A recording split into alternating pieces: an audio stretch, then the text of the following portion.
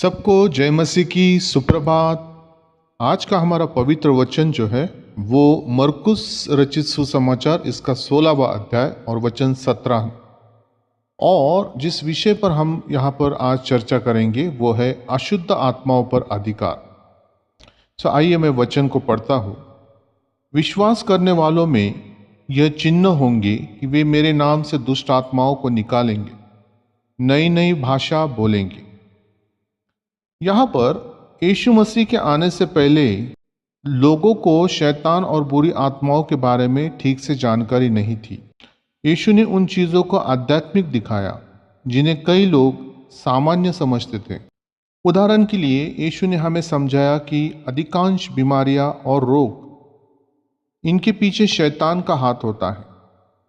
जब वे किसी ऐसे व्यक्ति को यीशु के पास लाए जो बहरा और गूंगा था, तो बाइबल कहती है कि उसने उस गूंगी और बहरी आत्मा को उस व्यक्ति से बाहर निकल जाने का आदेश दिया और वो आत्मा उस व्यक्ति को छोड़कर चली गई और तुरंत बहरे कान खुल गए और वो व्यक्ति सुनने लगा और गूंगी जीभ ढीली हो गई। लूका रचित सुसमाचार इसका 11वां अध्याय और वचन 14 में लिखा है, और वह शैतान को निकाल रहा था जो एक गूंगी दुष्ट आत्मा थी। और ऐसा हुआ कि जब शैतान निकल गया तो वो गूंगा बोलने लगा और लोग आश्चर्य कर रहे थे कि ये सब कैसे हो रहा था। मरकुस इसका पहला अध्याय और वचन 32 से 34 में यदि हम देखें तो और एक उदाहरण हमारे सामने इसी प्रकार से है।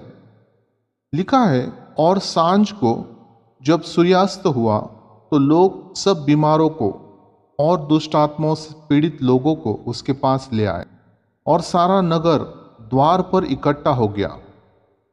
और उसने बहुतों को नाना प्रकार की बीमारियों से चंगा किया और बहुत से दुष्ट आत्माओं को निकाला और दुष्ट आत्माओं को बोलने न दिया, क्योंकि वे उसे जानते थे। आज बहुत से लोग ऐसे हैं जो दुष्ट आत्माओं की बातों से अनजान हैं, लेकिन हकीकत तो यह है कि बुरी आत्माएं लोगों के जीवन को चला रही है। कभी कभी आपको कोई ऐसा व्यक्ति मिल जाता है जिसका स्वभाव उग्र और हिंसक होता है। वो कहते हैं कि ये उनके पिताजी भी ऐसे ही थे और उन्हें लगता है कि ये सामान्य है, लेकिन ऐसा है नहीं।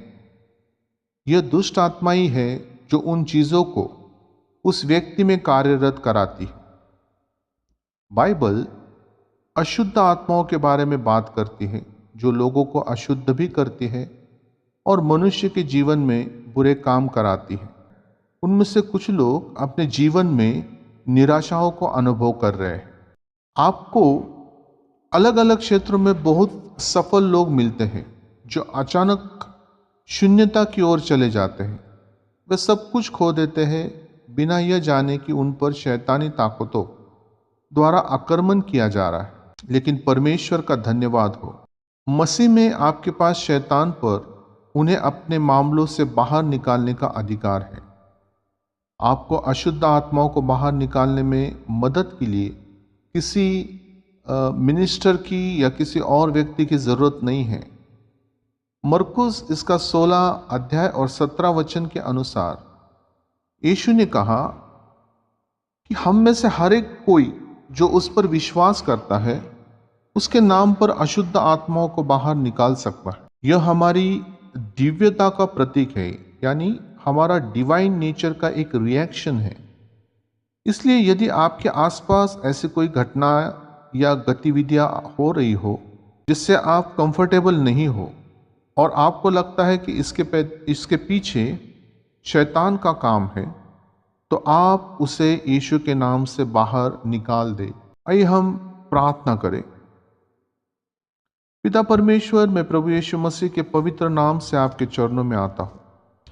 मैं धन्यवाद देता हूँ कि आपने हमें प्रभु यीशु मसीह के नाम पर यह अधिकार दिया कि हम शैतान और उसके अंधकार की शक्तियों को यीशु के नाम से डांट सके और अपने जीवन से उन्हें बाहर कर सके।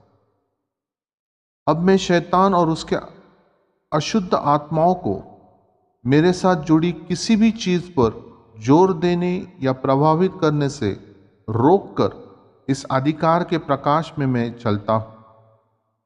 मैं यीशु के नाम पर आज अपने परिवार और मेरे काम करने के स्थान पर मैं शैतान के कार्यों को यीशु के नाम से रोकता हूँ और इस प्रार्थना को आपके बेटे प्रभु यीशु मसीह के नाम से मांगता हूँ। आप सुनिए और कबूल कीजिए पिता। आमीन। मैं आशा करता हूँ कि आज जो आत्मिक अधिकार के बारे में आपने वचन से सीखा और आप अपने जीवन में जहाँ ज़रूरत है वहाँ उसका उपयोग ज़रूर से करेंगी और यीशु में एक विजयी जीवन जिएंगे। आमीन। आज के लिए बस इतना ही। सबको जय मसीह की। God bless you all.